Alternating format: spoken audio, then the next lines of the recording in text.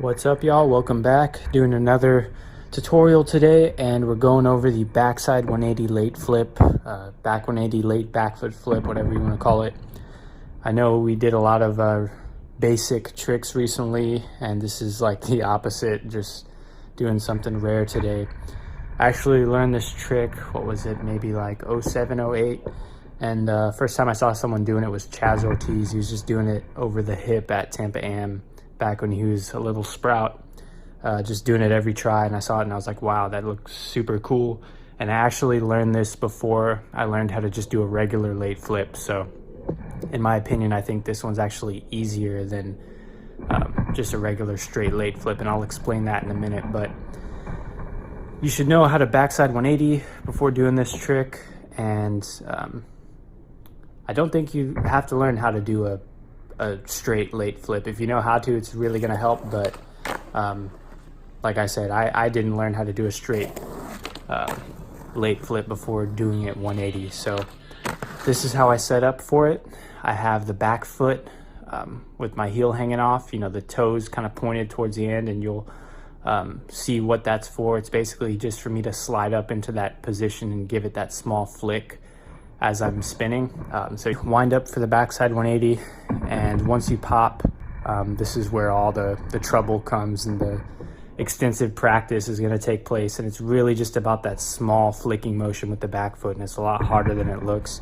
It just takes a lot of time and effort, and you're basically just going to ollie, and you're going to begin the backside 180 rotation. You don't want to get too much of the back 180 completed before flipping though. You kind of want to end up doing them around the same time, and so you're going to end up sliding the back foot up into that position and basically giving it a small, very fast flick, and that's going to take a long time to really master. But once you get that done, it's really just smooth sailing from there. The only major problem with this trick is really getting that flick in place, and once you do, you're pretty much golden from there. So like I said, you don't want to complete the backside 180 before getting the flick in. You kind of want to do it all at the same time, and it's really just about sliding that back foot into sort of like I guess where it would be for a nollie flip position, and just flicking it outward.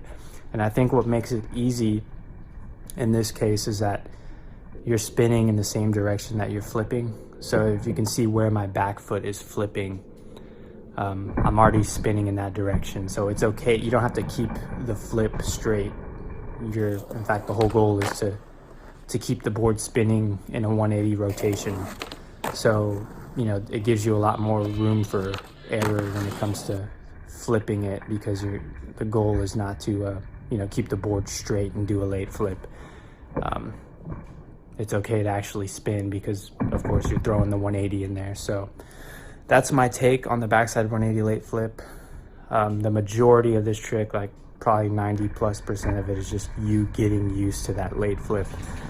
And you can also carry that with you when learning regular late flips, nollie, switch, whatever. It's just a good whatever late trick you learn first, you'll probably carry that with you learning other late tricks. So this is a really fun one. It's super addicting, and beware, you might become that kid that's known for doing late flips like me. After I learned it, I did nothing but this trick for years after. So hopefully this helps. Like always, comment down below for what you guys want to see in the future. Thanks for watching as always. See you next time.